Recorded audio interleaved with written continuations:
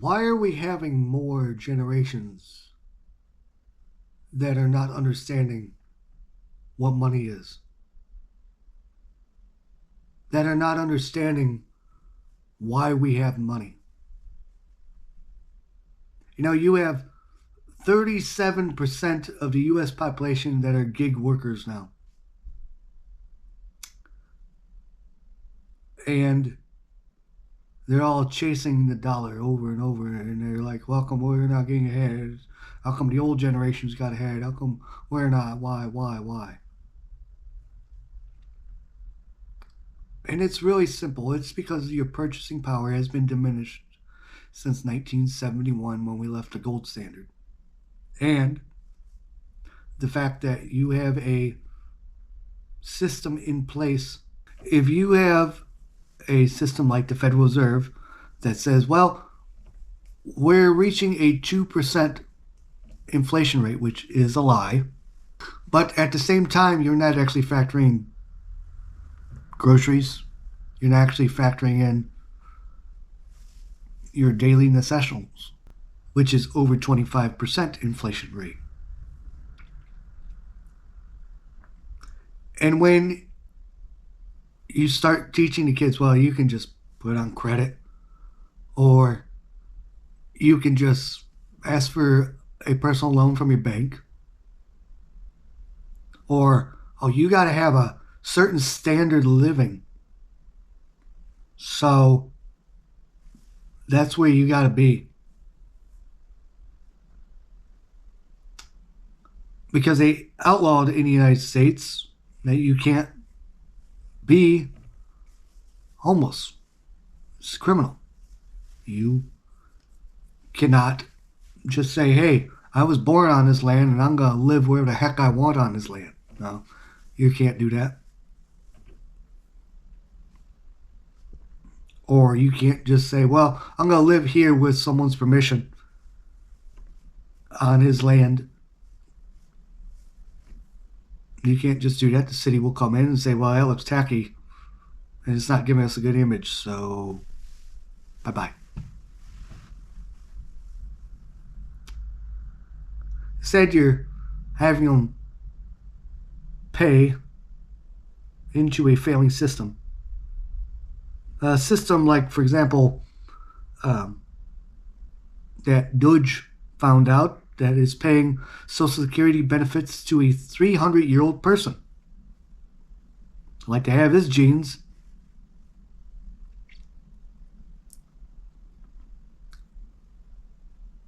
Or the fact that you live in a system that is free, but you're technically not free. And young people, and even Gen X, I will say, do not understand this concept. They don't understand that, hey, you might have to rough it out with your parents for a long while until you establish yourself. You might have to rough it out with other relatives. But the whole idea, the system that we created, where it's okay to give up, it's okay to just label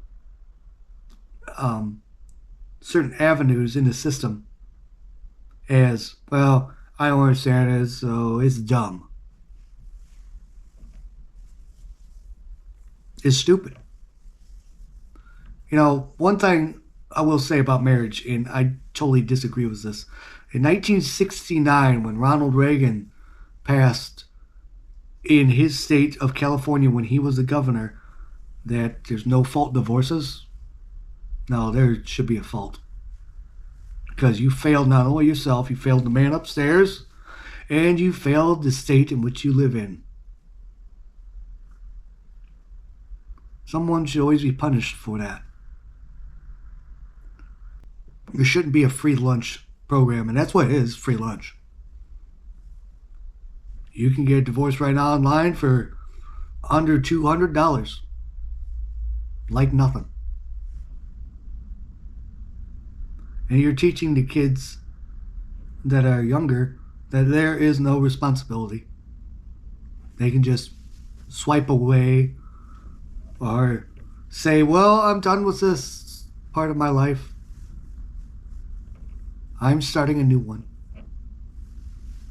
Or you can or you can tell people they gotta start digging in deep within. Even though you don't like it, even though you hate it, even though you despise it, you gotta dig within and say, I gotta do it, otherwise I do not survive. There are some people in this world that do understand that concept. Dig deep and deal with it. There are some people in this world that used to understand the concept that if I don't do the necessary steps I need to do while I'm younger, I'm not going to survive when I'm older. There are some young people, I've looked up 15% of the population that are Generation Z, that do not even have $1,000 to their freaking name. That's sad. And it's not because of the glamour of, oh, I gotta go out and buy a new thing, or I gotta pay that rent or pay that mortgage or whatever. It's not because of that at all. It's because people are not digging deep anymore and saying, what do I need to do to survive? Not what do I need to do just to barely sustain a life, a manageable life, day to day. Because you could have 4 walls and still feel homeless because you ain't got nothing to your name. Nothing at all. If you're renting, you don't have nothing except the assets that are in your place, unless you don't own those too. And then you really have nothing. If you have a mortgage, well, that's between you and your bank or whoever you got your mortgage from. Car loan, same way. See, it's not until you truly own something that you understand what money really is. Money is not just a purchasing power tool. Money is, I saved enough to get that item, and I own it, and nobody else does. Now, you can go back and forth and say, well, that's just easy for you to say. It's not the mental and physical stress level I put myself through to actually be able to get a home and get vehicles. It's the fact that I listened to other people around me. I've seen dirt floors in houses. I have seen where you can look through people's walls in their house because, hey, there's no more insulation in the house. Or someone got mad and kicked a wall in. And then they got really mad and they just started jamming whatever they could through the siding, and then boom, busted a wall right through. Broke windows in vehicles, slashed tires. That is not the level that you want to live. That is not the level that people who are in those state of minds do not understand what money is. That is the level of an incompetent person. You know, there's a lot of people out there that's paying $2,000 rent out there. And I understand if that's the area that you choose to go into, then by all means go ahead, do it. But that's not for me. I wouldn't do that. I'd be living out in my vehicle until I'd be living out in Old Blue until I'd be able to get 4 walls and a roof and a plot of land all to myself. Because here's the thing about money. Money makes people rich, and money makes people poor. What category are you in? I know what category I'm in. I don't want to be poor.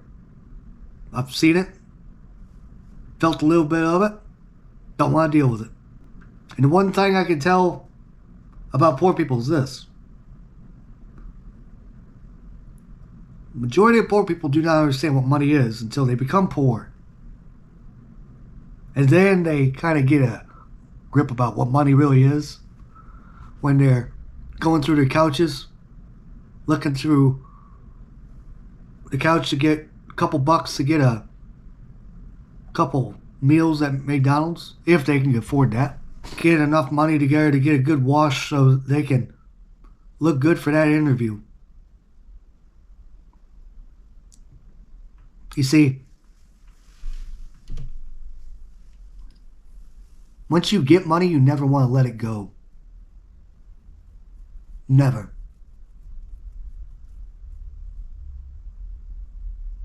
And when I listen to my elders talk, and I used to listen to them all the time, how bad it was in the 30s, how bad it was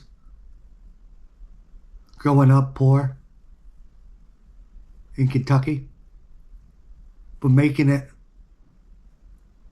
like, hey, we didn't know we were poor because we didn't know what poor really meant. We just thought it was a normal day. Until they went to modern cities and then they realized, wow, things are bad. Yep, things are bad. Out where they used to live.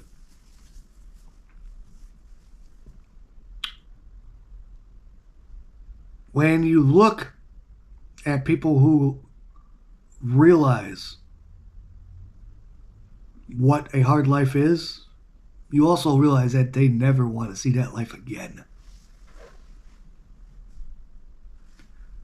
And because of that, you'll have generations that will learn what that is. Now, we do not have generations that know what that is. And the reason why we don't, it's not because we coddled them. It's not because we gave them a safe life. It's because of the gig economy that is making it so that these young adults stay afloat by that much. Right there, that much. Stay afloat. So they never have to face what actual true poverty is. Now, there is a lot of poverty out there. But you can ask yourself this one question. Are you going to understand what money really is? And then go out and get that money? Do all the hard things you can do to be able to give yourself a real life? Or are you just going to screw off all day and ask people stupid nonsense questions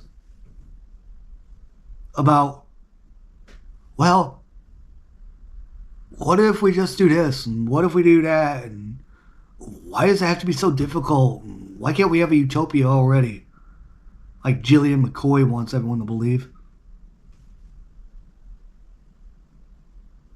Insanity. All you gotta do is this. Do the hard work. And everything else will be on easy street then. I'll give you a good quote from two people. Andrew Carnegie said this. You take care of the pennies and the pounds will take care of themselves. Pounds meaning British, pounds meaning US dollars. Okay? Benjamin Franklin. A penny saved is a penny earned. And one biblical one. Proverbs 13, verse 12. The debtor is always slave to the lender. So every month you go pay your rent or mortgage, remember, you're the slave to that system until you break away from that system. That's all I have for this episode. If you guys like this content, please give a thumbs up. Please hit the subscribe button if you would. Please don't forget to tap that notification bell. That way the algorithm knows that you like this content.